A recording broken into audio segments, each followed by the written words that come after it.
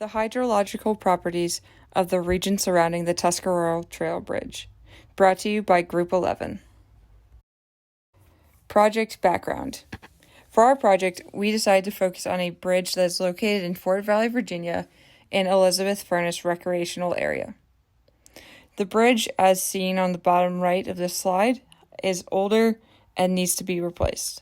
So, last year, GMU's EFID chapter partnered with the Potomac Appalachian Club in agreement to demolish the current bridge, redesign an entirely new bridge, as well as construct it.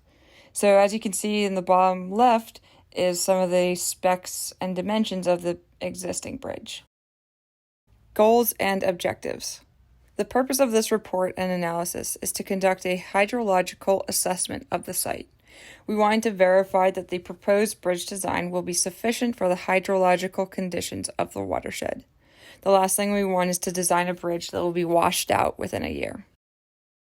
A similar study was conducted by Wesley Cook at Utah State University. He looked at reasons why bridges failed in the U.S. and found that 52% of bridge failure is due to hydraulics and 80% of that is due to erosion. Erosion can also be called scour.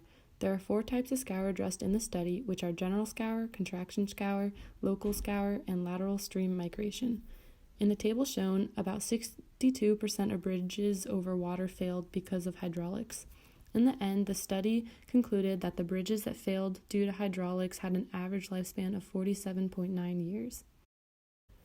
To find the data listed here that we needed, we used ArcGIS, the Natural Resources Conservation Service, the National Oceanic and Atmospheric Administration, and the United States Geological Survey. The first thing we looked at was the watershed in which the bridge was located. We delineated this using the USGS stream stats.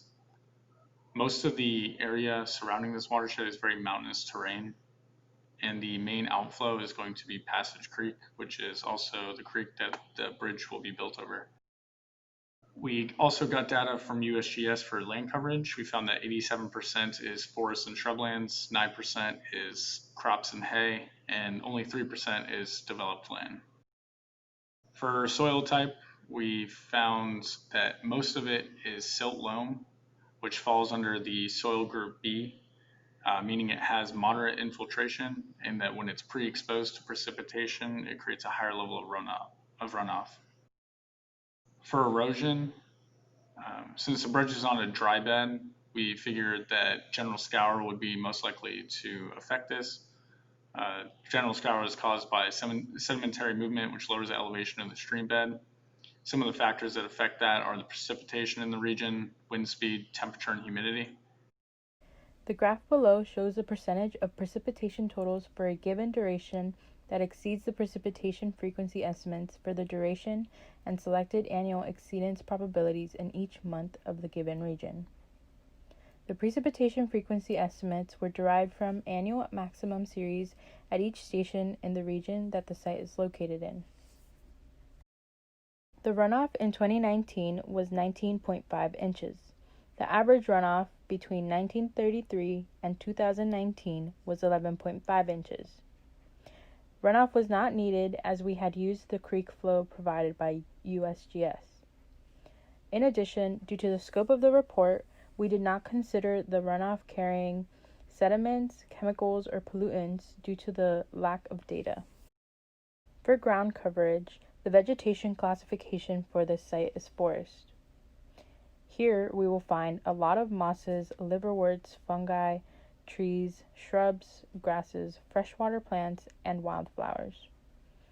The mosses, liverworts, and lichen depicted in the image are useful in protecting the bed's embankment from erosion. Conclusion. From our research and the data collected, we are able to analyze the hydrological factors at the site, as well as some of the geotechnical factors.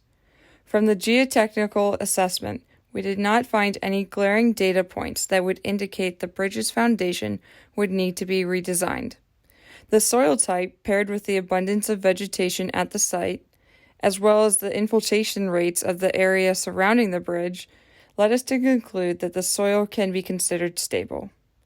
There will be no need to design additional shoring nor add piles to the bridge's current design. The hydrological assessment further supports this. Though it rains regularly throughout the year, the frequency and intensity of the storms do not indicate that we would need to reassess our proposed design. We believe that the odds of a storm intense enough to wash out the bridge are very low. In conclusion, this analysis has left us satisfied with our bridge design, and we do not feel the need to reassess the proposed bridge's foundation.